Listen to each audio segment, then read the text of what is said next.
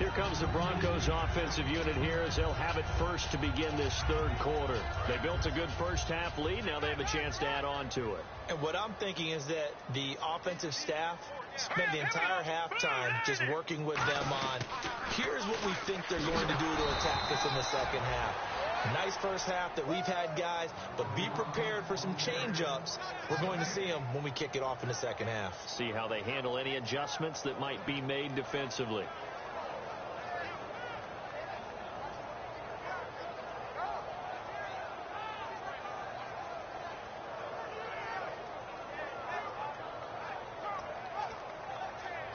So 2nd and 10 here. Watch right, watch right. Watch right, watch right. Go, go, go. They come up in an offset eye. Back to throw now on 2nd and 10. Nowhere to escape, and he goes down. They'll wind up losing 10 on the sack, and it'll lead to a 3rd and long. And the defense will try and pin their ears back and get pressure again here after the sack. It's 3rd down. Off the play fake, he'll look to throw. A hit as he throws there, incomplete. Thomas the intended target. And it'll be 4th down. Here's Riley Dixon now, standing just outside his own goal line.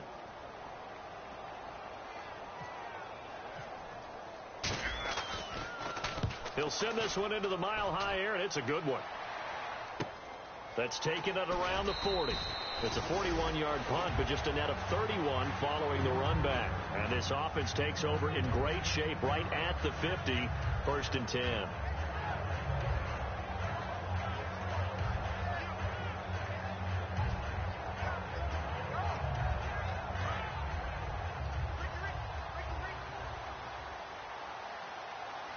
Freeman, the lone man in the backfield. From midfield now, here's Ryan. And the tip there altered the ball flight, and it falls incomplete. It'll be 2nd down. Good play there to step in and knock that one away by Chris Harris. Who said that he couldn't play in the NFL? Not me. Hey, not you. A lot of scouts did. A lot of people undrafted, and has turned himself into a Pro Bowl cornerback, one that really knows how to play the position. It'll be a pickup of 5, and that leaves him with 5 more. 3rd and 5 now. And there's a run to be happy with. Good, solid yardage. He'll take that any time you hand the ball to a back. 3rd down and 5. Here comes the D swarming to the line. Here's Ryan to throw. The Pro Bowl wideout Julio Jones is intended receiver. And that's going to make it 4th down. Well, partner, the hit sure looks like a simple route, but I think the issue with it is a lot of time when you're making that play, you're actually working your way back inside towards traffic where the big guys are coming from inside out, whether it's defensive ends or linebackers. And a lot of the time, instead of securing the pass, your eyes might stray towards the middle and wonder where the big hit's going to come from. Now this Broncos offensive unit ready to head back out onto the field. They've got the lead. Last time had to punt it, though. What's the key to this drive? I think it's leverage. The big guys up front. You know the motivational speech on the sideline is, guys, give us an opportunity.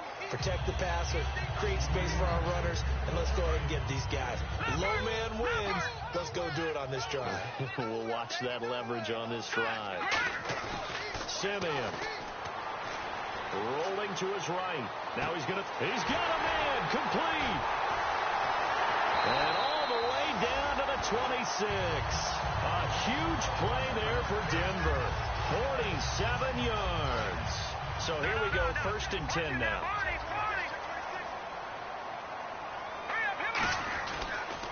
Now they'll run it on the toss. And he's got some space here. And he's brought down. That one good for 17 yards. And now they've got it 1st and goal. Another good run there. And now we're seeing an offense that's imposed its will on a defense. When we talk about that all the time, what does it really mean?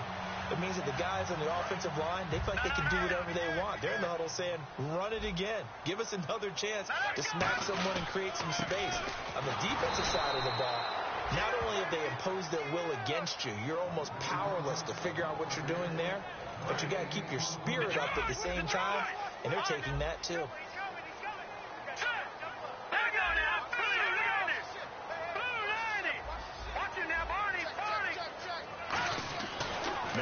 to throw here on 2nd and 10. That's caught. It's Thomas. And here he'll get it down to the 7. Give him 3 on the play, and that is going to set up 3rd and goal. Well, there really wasn't much there, but a completion is a completion. A tough 3rd down awaits them. And let's see 6 defensive backs out there. They're in the dime here. And that is caught. Touchdown, Denver. Benny Fowler, his 2nd touchdown on the season. And the Broncos will extend their lead. Well, that's about as quick of a passing touchdown as you'll ever see right there. Everyone has a section in their playbook called the quick game. That was a super quick game. Out of the hands of the thrower, bam, right to the receiver, successfully for a touchdown. How in-depth is that quick game part of the playbook? It's pretty in-depth because people want the ball in the hands of the quarterback into the playmaker's hands downfield as fast as possible. There are a lot of plays, a lot of options involved with that. This is taken at the 3. And he'll be out of bounds just shy of the 30, right about the 29. Atlanta now coming out on the field. And last drive, 3 and out. Still a goose egg on the scoreboard. How do they break that goose egg? They've got to find a way to get the ball in the hands of their playmakers, get them some space, and try and make a 1st down and get some momentum going. It's been a struggle for them throughout the game, and that 3 and out on the last possession, that told you just how stalled they are on offense. So who will step up here? We'll see.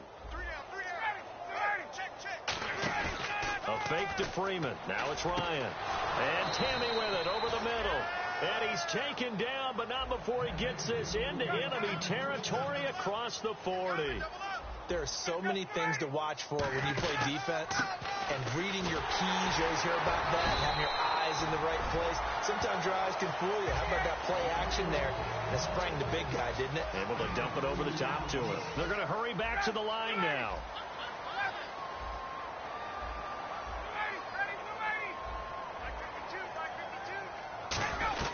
On 2nd down, Ryan.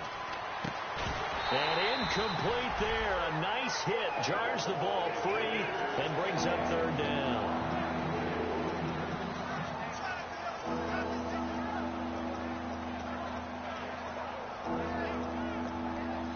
So 3rd down now. They need the 27-yard line for a 1st. A nickel back added defensively as they look to stop this 3rd and 8. And down he goes. They sack him back right around the 41-yard line. Now, we talk about players blitzing all the time. I often laugh and sometimes call it just straight-ahead pursuit. What a running start right back to the backfield for him. Yeah, it really didn't give anybody a chance to get up there and stop it. No, I mean, that's really, really difficult. You're asking a whole lot anyway, but when he gets that kind of a start and comes through clean, oftentimes the advantage definitely goes to the defensive player.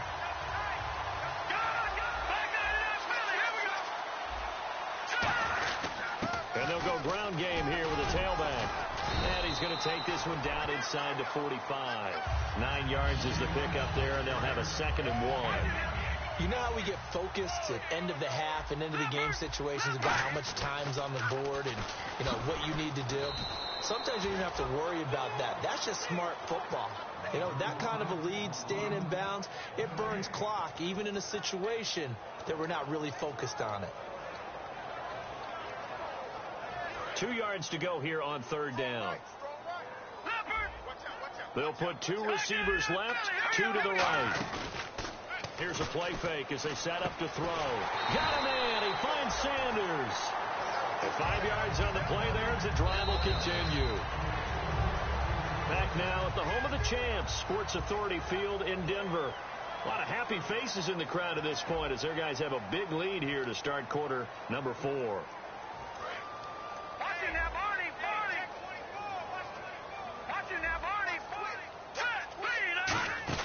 They'll run it now out of the gun. And a pretty little juke move there on a nice gain. 8 yards on the pickup, and now they'll have some options on 2nd and short. Well, they'll take that every time with a lead. 1st down, 4th quarter, getting 8 yards. You love that. They will take it, and you have to ask the defensive guys, why did you give it? I mean, you know the situation. You're down, have to stop them, have to get the football back. But 8 yards on 1st down puts them back on their heels.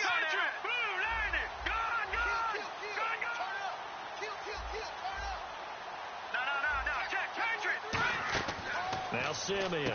On the right side, caught by Green. And he works it to the 30-yard line here, right at the 30.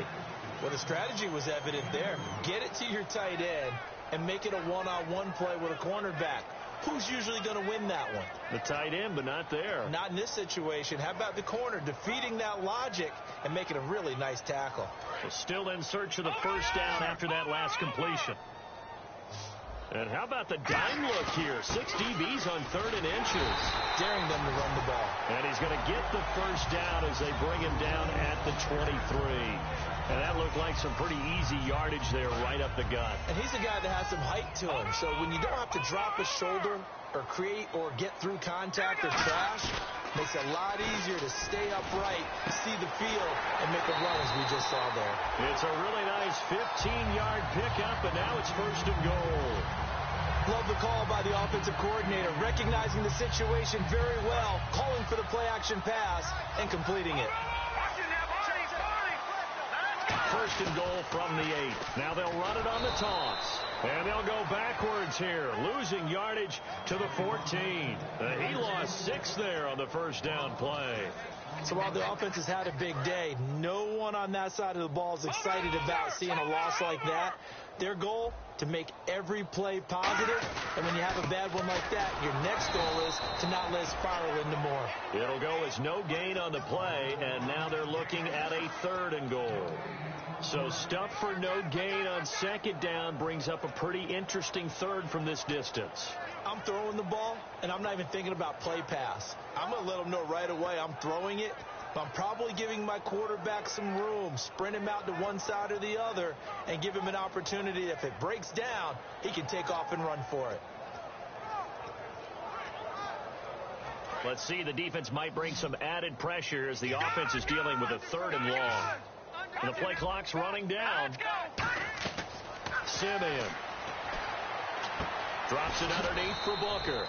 And he's going to be brought down just shy of the 5 at the 6. It's an 8-yard pickup, and that'll bring up 4th down. Whether you're playing West Coast offense or not, one of the maxims of the West Coast offense is you're either throwing a touchdown or a check down. In other words, look for the big shot, but be smart. I think they did exactly that on that play. They didn't get the first down, but they're taking care of the ball well. Yeah, and being rightly cautious with that lead here in the second half. And you combine a big leg with a mile-high air, there's the outcome. This will sail out of the end zone for a touchback. And here now come the Falcons. Last time out, they had that long 50-plus yard field goal that they missed. And I'm sure on their sideline, they're thinking to themselves, okay, do we still want to try one if we're in that position again? And I would dare say that the answer would be yes. They're going to have a lot of confidence in their kicker. But just to be on the safe side, I'm sure they told their offensive guys, can we get a little bit closer this time? Get a little closer. Yeah, you know, I'd rather get in the end zone first and foremost. But if all else fails, less of a field goal attempt for him. Throwing now, Ryan on first down. He's going to air one out, and it drops down incomplete. Thought he might have had it. Instead, 2nd down. And you just know when that play call came in, their eyes lit up, because anytime you get a chance to take a big shot downfield, that's a lot of fun, and they missed an opportunity. 2nd down following the incompletion. They'll run it now out of the gun. And he'll take this up near the 35, maybe the 34. 9 yards on the pickup there as he'll be left with 3rd and 1. Offensive linemen love creating space for their guys carrying the ball, but when that guy also breaks tackles and creates extra yardage, they almost feel like he's one of them, and they really embrace him. 3rd down now following the run. On 3rd and 1, Ryan. They'll set up the screen for Freeman. He goes for 18 there as the drive will continue. And Brandon, from our time in college football, where receivers weren't running the traditional NFL route tree, one thing they did learn, find open areas, find soft spots, and set up and catch the ball. And I think we just saw that there. Yeah, we saw that indeed, picking up the first. He's going to air one out, and this is taken in at the 5. A big play there. Ryan to Jones. 44 yards. So after that big gain, let's see what else the offense has up its sleeve. And at this stage, down in the second half, looks like they just wanted to find a way to get it in the hands of their playmaker, and they did. I think you're exactly right. I don't think the coordinator is looking at his play sheet and trying to figure out which play will work well. He's trying to figure out how to get the ball to the playmaker that you just described. Looking down at that sheet, you find people plays, not necessarily X's and O's, and that's exactly what they did there. Throwing again, Ryan. And he's going to go down. Sacked back at the 13-yard line. Brandon Marshall in there to get him his second sack now of the afternoon. Looking to speed things up here, going with some tempo. Off the play fake to Ryan hit, and he lost the football. It's picked up by the Broncos. And a big turnover there as his guys will get the football back. The Bronco offense now set to come back out onto the field. And last time they got 3 points, but it was a chip shot field goal. And when you go to the sideline after a chip shot field goal, maybe the offense not too happy. It's a balancing act, isn't it? Because you're exactly right. They're none too pleased that they didn't punch it in for 6 points. But they also have to remember they did put points on the board. 3 points is 3 points. And in this league, you take points when you can get them. Not easily done. They come out here in the eye. And they'll go on the ground. And he's going to get this one across the 30-yard line. It's a pickup of 14 there. And it'll be first down, Denver. Well, I'd say that run's pretty emblematic of what we've seen all day long. No matter what they've done on offense, this offensive line has controlled the line of scrimmage, given them time to throw it, run it, do whatever they wanted. That's why there are points up on the board. And right now, the psyche of the offense, we're in control, and we can do whatever we feel like doing out here on the field. Time for a break. This one, all over but the shouting. We'll finish it after this. Now they'll run it on the toss. And he'll work this one up to about the 38. And give him 4 yards there. It'll be 2nd and 6. Not a run that you're going to write home about, but still a good first down run. That's what an offense calls staying on schedule. 3 to 4 yards on first down, you're set up very well for the rest of the drive. All right, here we go. That one looks like he'll throw here. He's just going to dump this one off to his fullback out of the backfield. 8 yards on the pickup there, and it moves the sticks. It's interesting because when I'm watching college football and I'm evaluating guys for the draft now, my list of fullbacks, pure fullbacks, it's a very short list. I'm probably evaluating more punters and kickers now than I am fullbacks. But it doesn't matter what you call the position, it's who you put there, and there we saw completion. It's a pickup of 4, and it'll bring up 2nd down. On any running play that's called, they're always hoping that it's going to break big and go the distance. But when you get a nice gain like that, you're able to do so many things anyway. You can come back and run essentially the same play again, continue to move the ball on the ground, or you can decide to throw the ball now because usually you have the defense back on its heels.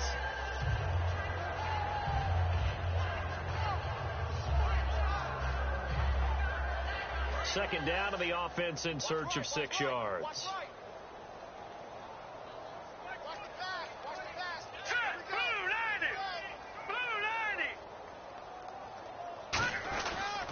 They'll give it to him right up the gut. And for one of the few times here today, this run's not going to go anywhere. No gain on the play there, so they're left with a 3rd down and 6. They was stopped on that play. We've had plenty of carries all afternoon. Every now and then the defense is going to win one, but I don't think they'll shy away from handing it to them the rest of the game. And they insert their dime package, 6 DBs here on 3rd and 6. Expecting pass all the way. And he is going to lose yardage here. He lost 2, and it brings up 4th. And now a timeout defensively by the Falcons. It's just their first. They've got 2 more to use here in the final stages.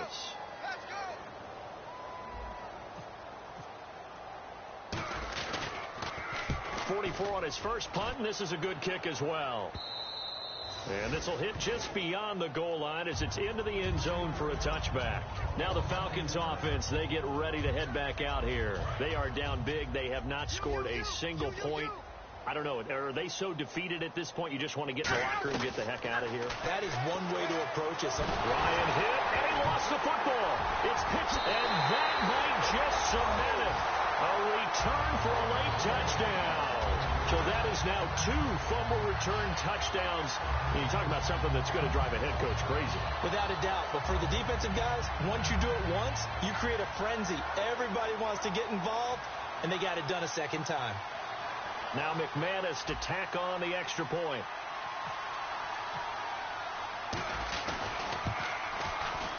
And he's been a busy man, 5 for 5 now as he knocks another one through to extend the lead.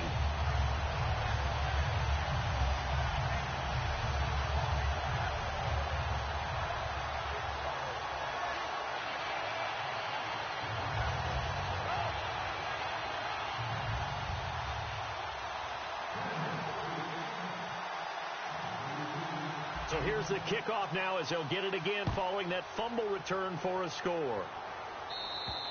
And as we see so frequently here in Colorado, that one over the end line, so it'll come out to the 25.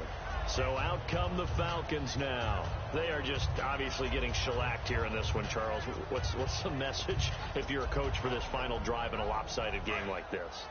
For a lot of coaches, be honest. Don't forget today.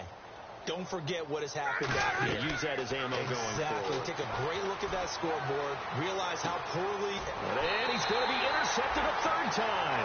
Picked off by Aqib Talib. And that will write a finish to this ball game. Brandon, you identified early that this game looked like it was going to be lopsided in favor of the winning team. And then late in this one, you and I, we were digging at stuff, weren't we, to talk about, partner? Oh, there's no doubt about it. I think we brought up statistics from somewhere around circa 1927-28, hoping we could keep people going in this one. Deep in the annals for this blowout win. So for Denver, they move back over 500 at 3-2 now on the year. And they will hit the road next week to take on the San Diego Chargers. Meanwhile, for Atlanta, the loss will move them back to 3-2 on the year. And they'll be on the road next week as they get a date with the Seahawks in Seattle.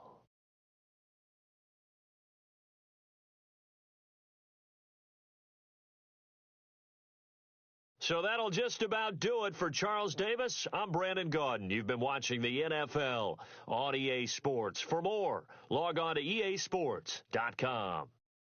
The Broncos are winners as we say so long from Denver.